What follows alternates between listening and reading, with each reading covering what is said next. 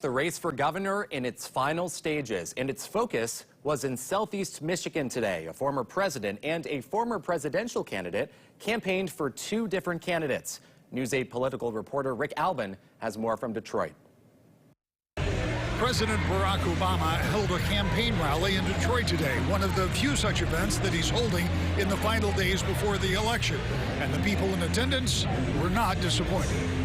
And now as your Congresswoman, I can't say thank you. In a packed auditorium at Renaissance High School in Detroit, candidates for everything from Congress to Supreme Court, Attorney General, Secretary of State, and, of course, Governor, took to the stage before former President Obama spoke to the crowd.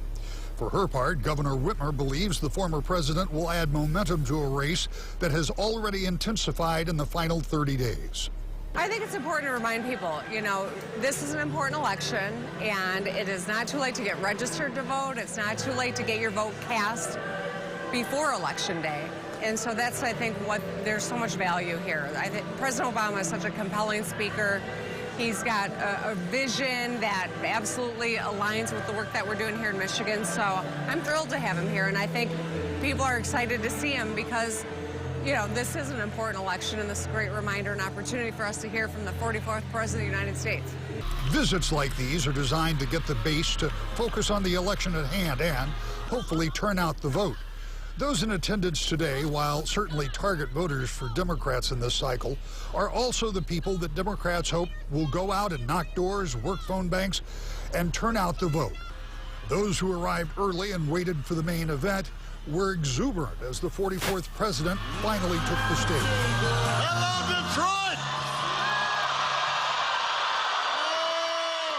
Detroit! Obama, like most of the other speakers, said that democracy was on the ballot. Everybody gets a turn. If you don't get your way, don't throw a tantrum. Don't take your ball and go home. Get over it. Try to do better next time. These are basic values. And that's what I mean when I say that democracy is at stake in this election. And that's why it's so important to elect Democrats like Governor Whitmer, who will stand strong against attacks on our democracy. And the former president echoed all of the other candidates who urged people to get out and vote, encourage others to do the same, and maybe even help them. You've got to help your friends and your family to make a plan to vote.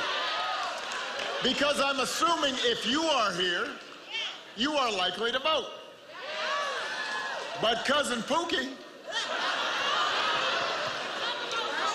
I like Pookie, but sometimes he forgets stuff. So you got to get on him a little bit. We all lived it. About an hour later, and 6 miles up the road in Southfield, Republican challenger Tudor Dixon, along with former Democratic Congresswoman and presidential candidate Tulsi Gabbard, were at the Albanian American Culture Center. Before they talked to the crowd, they talked with me about the race and why a former Democrat is supporting Republican Dixon. It becomes a turnout race. It's who gets their voters out. How do you do that? Well, as you can see, we are on a bus tour now, so we're going to go around the whole state, but we're going to be doing media every day. I appreciate you having me on today. We're going to keep doing that radio. You'll hear us everywhere you go. You're here supporting a Republican candidate for governor. How does that come about? It comes about because we've seen, unfortunately, how the Democrat Party, especially over the last few years, has just gotten out of touch with the real needs of families across this country and families here in Michigan.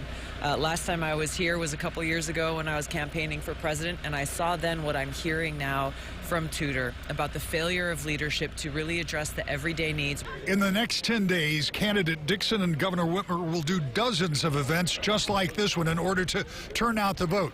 Because in a race that is closer than many expected at this point in the contest, turnout may well be the key to victory. In Southfield, Rick Albin, News 8.